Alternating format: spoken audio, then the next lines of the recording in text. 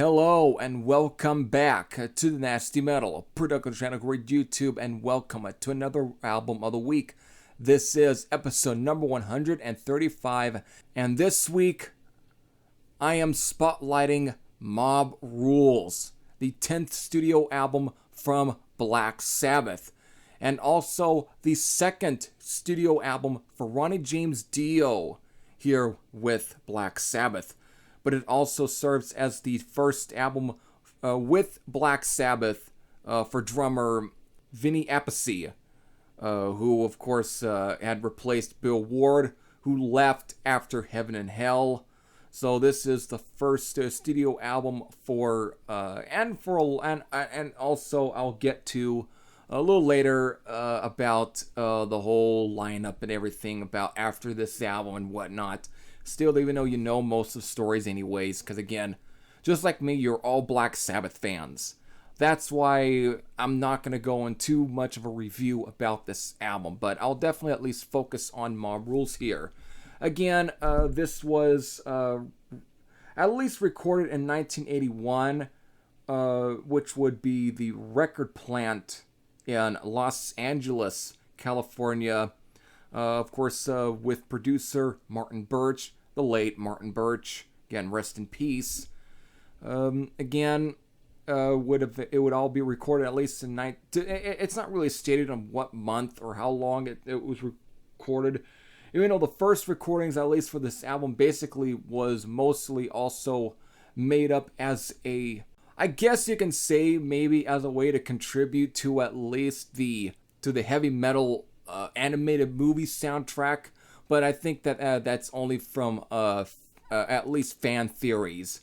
I would just say it's very likely that the recordings for this album were very early, but what came out of those early recording sessions was basically an early version of Mob Rules that eventually that version made it onto the heavy metal animated movie soundtrack, and basically the second version is what made it onto here, because again, it's the overall feel and the overall energy of those two songs are different in a way, I've noticed.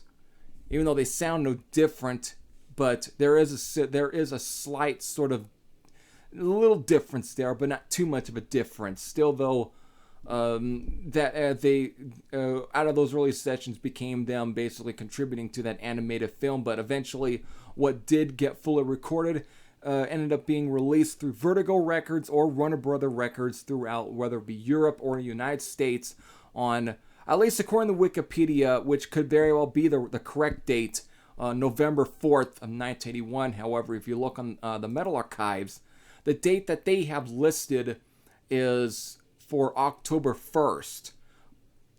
I don't know how completely factual that is. Even though some will say, well, there's probably some factual in there because it's the Metal Archives. No. The Metal Archives gets a lot of shit wrong, and I think again, with all the confusing dates, I think it just shows how wrong Metal Archives are in getting their in terms of getting their facts. Everything tends to be wrong. So sometimes they get things right, sometimes most part they get things wrong. So I don't really look at the Metal Archives as a reliable source. I know some will say, well, they're looking at Wikipedia. Everyone can go into Wikipedia and do that. Same thing at Metal Archives. Sure, you got somebody who has to at least approve it, but still, even that, whatever that they approve, they're not really even thoroughly looking into it. They say they do, but I doubt they do. They're fucking liars. So anyways, there we go. Just a tiny little rant there. But again, they got one date, but Wikipedia states another date. I think if anything, Wikipedia could very well be the correct date. So this is basically here. Since again, we are already close to November 4th, which is actually, November 4th is actually this Thursday. Which that means by Thursday, it will reach its 40th anniversary. That's why I am covering, or just for this week, putting a spotlight on this classic album that is very much, it's held dear to many people's hearts, especially those who grew up listening to Black Sabbath, whether you're in the 1970s or you're kind of beginning to be a metalhead in the early 80s. This was one of your soundtracks to your youth. So that's why this album is usually really is at times to a lot of fans one of their favorite Black Sabbath records and some of their favorite Dio records. So it is great. So without further ado, let me just take a look at Mob Rules here, even though I'm not really going to do a straight up review, because again, you don't need to hear me review this album. Instead, you want to hear my experiences towards this album. You know, what was my experience with this album? So since I'm a very young kid, again, I am 26 years old, since I was born at least on July 6, 1995.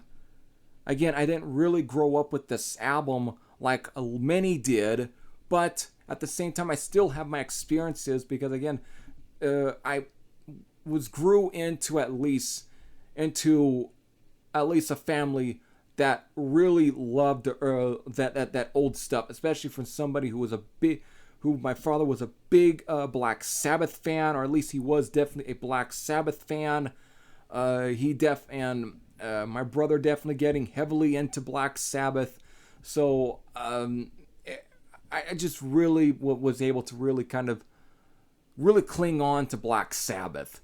So that's what you're going to get with this review here, or at least with this episode, is basically just me running through my experiences of just listening to Mob Rules over my years, basically, and just how I cut my teeth with this particular album. So we'll definitely I'll just run through the track listing here first, because we got at least 9 songs for this album. It all clocks in at like 40 minutes and 36 seconds. So, I mean, just take a look at the track listing here. Turn Up the Night, Voodoo, The Sign of the Southern Cross. We have, of course, the segue from at least The Sign of the Southern Cross into, of course, the instrumental, which is E5 150, which is actually, apparently what I've heard is, and it's been very much been stated by Tony Iommi, is that it's translation for evil. Fucking awesome. But it's a really cool sort of trippy bass solo that at times makes effects off of Volume 4 sound like kindergarten music. Because this is just fucking trippy and psychedelic as fuck. But it serves also as the intro into, of course, the title track for the album. And of course, then going into Country Girl Slipping Away, Falling Off the Edge of the World. Another fucking great song. And then, of course, ending with Over and Over. Which, again, there we go. So, there's your 9 songs. So, let me just get into at least my experiences. The first time I ever heard this entire album, I was already moved out of Fresno, California. I was living in an RV park here in Susanville, and I obviously my brother, while still living down in Fresno, he had obtained it was the Dio Years box set. I forgot what it was called, actually. I know a lot of you probably know what it actually was, what I'm referring to, and you probably know the name better than I. Who knows? I might type it into the bottom of the screen here. But it was a box set that, again, it featured everything at least from Heaven and Hell, and all at least containing most of the Dio Years stuff. So again, Heaven and Hell, Mob Rules, Live Evil, and of course Dehumanizer. And that's how I was more so That's how I really kind of became more aware and was turned on to at least to the Dio year, to the whole Dio era of Black Sabbath. How it became more known of that was because of Dehumanizer, because my dad had a copy of Dehumanizer for years, and that was the only Dio era Black Sabbath album that I ever heard. So, again, when my brother obtained that whole entire box set, and even including the box set that was made for at least the Aussie years, he had, of course, sent me burned CDRs, basically, of at least the Dio era stuff. Again, like Heaven and Hell, Mob Rules, Live Evil, and so on. And so that's how I really got to really hear Mob Rules. And for the first time, I liked it, though I will be very honest with you. I didn't like it as much as Heaven and Hell, but over time, especially when my brother gave me his early copy of Marble Rules, because he had it too. He had it. He had a copy of Marble Rules for years, but I don't know if I ever really got to hear it much when he had it. But again, when he had obtained the box set is when I finally was able to hear at least the Mob Rules. And eventually when he gave me his old copy of the CD, the old 2004, I think, remaster of it, that's when I was able to really digest it more and more. And that's when I really got, I was able to really appreciate, even to the point where I actually can call Mob Rules my absolute favorite Dio era Black Sabbath album. Probably maybe just a little bit behind Dehumanizer, because I think Dehumanizer is a fucking great album in its own right. Obviously one of the best albums with at least Dio on vocals. If you also count in that Heaven and Hell album that came out within 2007-8, I think. The Devil You Know, I think, is the album title. But I just grew. It just made me more easier to really more appreciate the album, because I was able to really give it as much more listens, and it inspired me to pull out more and more. And as I did, I grew more and more into this album to where it really, it just became a big favorite of mine. I mean, just from Turn Up the Night, which basically is, I guess you can say, is like Neon Nights Part 2. Because it's a very much a same sort of feel with the song. It's a very fast, upbeat rocker. Again, in a sort of similar way Neon Nights is, but it's not nearly as heavy. But it's still heavy enough. Just like not nearly as gripping as Neon Nights, but still it's still a great fucking track. But we then, of course, go into one of my absolute favorite songs off the album, that being Voodoo, which is more of a melodic, heavy rocker, but it's goddamn great. I mean, again, this one might have at times a little bit of a rainbow feel to the song, because it's no different from let's say, in a way, the riff to like Man on the Silver Mountain. It's very similar, but it's just how, because of this is with Martin Birch as the producer here, and of course Tony Iommi and his guitar tone. It sounds darker, more sinister than compared to at least to Richie Blackmore's guitar tone. It just comes off more cooler, I guess I can say. Even though I love the fuck out of at least Richie Blackmore and Rainbow and all of that. But it's just a great track. And of course we get into at least The Sign of the Southern Cross, which is one of my other favorite songs off of this one. This is such a very moody, very brooding, slow song with a fucking cool ass atmosphere, and that's also due to the sort of synth sounds of at least Quartz member Jeff Nichols, who, again, rest in peace too. He just really makes the song great too. He really adds a lot of depth into it, where it just makes it just pops, and it's fucking great. Such a great song. I love it. But of course, all the synth sounds end up pretty much segueing into the E5 150 instrumental again, which translates to evil. But it's again with Jeff Nichols' synths and his overall sounds that he adds and effects he's adding into this track, with freaking Geezer Butler's sort of really fucking dense, echoey, just psychedelic bass sounds. It just makes the whole thing sound like a goddamn fever dream, and it's fucking awesome. It's an awesome fucking instrumental. Some will say it might seem a little tedious, but I think it works because of it's just even on its own. I'm surprised that Geezer Butler and Jeff Nichols weren't at least contacted by any sort of horror movie director, maybe to kind of contribute to at least their film score, because this is basically a prime film score style shit here. It's a fucking cool track, but it segues into the title track, which again I've heard for years.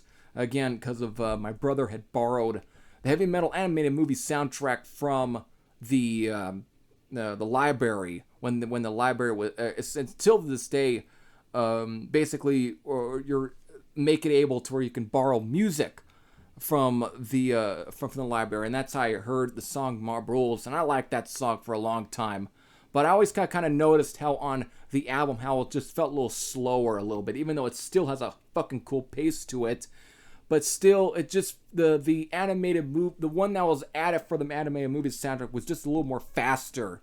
So that's why I've just always been more familiar with that version than at least the one here on the album. But it's still, nonetheless, an iconic track, and it's definitely one of Black Sabbath's best songs. So you can just tell, just this first half, it's just like top notch from start to finish. Just a fucking great first half. The second half, I think, was what took me really years to really kind of really appreciate Mob Rules as a whole. Because again, you get into like Country Girl and Slipping Away, which almost seem like filler songs. But over time, I've come to really appreciate these two songs. Again, they're more bluesier style hard rockers. Again, they're almost similar to what you would expect with either like the first Rainbow album, you know. It's kind of that sort of similar feel, but they still have a nice atmosphere to them. I wouldn't say atmosphere because of it's not like Sign of the Southern Cross or even what will come next, Falling Off the Edge of the World. Still though, they're still fine songs nonetheless. But Falling Off the Edge of the World is basically in the sort of same vein as like the Sign of the Southern Cross. It's just, what a fucking track Falling Off the Edge of the World is. This is easily also one of the more heavier songs off the album. It's just fucking epic the way it begins and it finally segues into the actual song. It's a fucking badass track. I just love every bit, every inch of at least Falling Off the Edge of the World. It's like the absolute best song off the second half of this album. It really, at least to see for at least side B, it's just fucking awesome. It is easily the best song for the second side of here. But still, it definitely doesn't mean that the whole entire second half sucks. It's just that this is easily the absolute best song. And to me, it really kind of saves the second half because of it's like after Country Girl and Slipping Away, you're basically are just, when you get in those two songs, you're kind of just waiting for at least Falling Off the Edge of the World. And finally, when it does come in, it doesn't disappoint. It's a fucking great track. Finally ends with Over and Over, which is more of a slower kind of track. But over time, I kind of dug this song. But it's probably, again, it comes off, I think when I finally kind of figured out what Over and Over kind of feels, it's like a really, for sort of dark, depressing, semi-power ballad. But it's doomy, and it works to it because it just comes off, it actually works for at least what kind of mood they're setting with at least the lyrics and the overall performance for Ronnie James Dio for what the song is about. So the overall feel does work, and I really, that's why I've come to actually appreciate the song. Either way, it's probably not my favorite song off the album. Same goes for, like, again, like Country Girl and Slipping Away. They're not my favorite songs. They're probably one of my more least favorite songs off the album, but they're still fine enough. But again, Falling Off the Edge of the World ends up, it's probably, again, the song where you're pretty much waiting for. It's fucking awesome. Still, though, that's pretty much where I am, at least with Mob Rules in a whole. Again, I grew up listening to this album so many times, it has become one of my favorite Black Sabbath albums. But again, not about everything is completely perfect, because again, it's got a fucking badass first half. Second half being slightly decent to okay, with at least one really good fucking song, at least on there, that at least makes the wait worth it. So there we go. That's pretty much where I am with at least Mob Rules. I know I almost felt like I was slagging it, which I hope I didn't come off harsh. Again, I'm just stating my experiences and whatnot, and how I kind of felt towards the album. But again, I don't think they're terrible tracks. It's just that they almost seem like filler in a way. But they're still fine enough. So, I guess I can say maybe I still kind of prefer Heaven and Hell a little bit more than Mob Rules, but again, they are both solid 2 albums from Black Sabbath, especially for Ronnie James Dio, that again, they're all fucking worth checking out. So there we go. After Mob Rules, this would serve as the second, and for a long time, the final album with at least Ronnie James Dio fronting Black Sabbath, and also for a long time also the last album with Vinnie Appice as the drummer, because after this, after releasing the Live Evil album the year later, they were out of the band.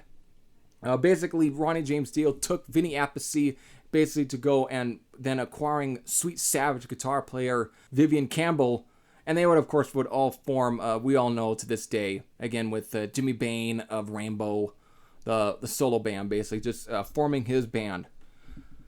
But as for what comes afterwards, Bill Ward would come into the band, and then, of course, well, Ian Gillan. And we know what album comes next, as far as studio album-wise. And I can't wait to get into that particular album, so which you probably know what it is. So there we go. I'm just going to end it right here. Again, Mob Rules, it is a classic album nonetheless, and it's definitely one of Black Sabbath's best albums. And just great. So there we go. Again, I know all of you who fucking grew up with this album, this probably holds a lot to your heart. You hold it dear to your heart, and it is definitely an album that you guys hold as one of your favorite Black Sabbath albums. I bet you do, or you may not. Who knows? It depends on where you are, at least on any of the fences, basically, on which side. You're on the side that kind of dislikes the album, or you're on the side that doesn't like the album. Either way, if you have any sort, again, if you've got any sort of memories about this album, whether they be negative or positive, you can leave them in the comments section below. But if you've never heard Mob Rules, well, you know what? You know what I'm going to tell you. You've been living under a rock, because this is definitely one of Black Sabbath's crowning, one of their best albums in many ways, especially with Ronnie James Dio, hands down. So you definitely shouldn't be listening to this Album of the Week review, or at least not really review, but this episode, and you should be going out and actually listening, or even finding a copy of Mob Rules. You should be. It's a good album. So there we go. Hope all of you enjoyed. This is Heavy Thrasher saying I'm out, and I'll see you all later. Take care, everyone.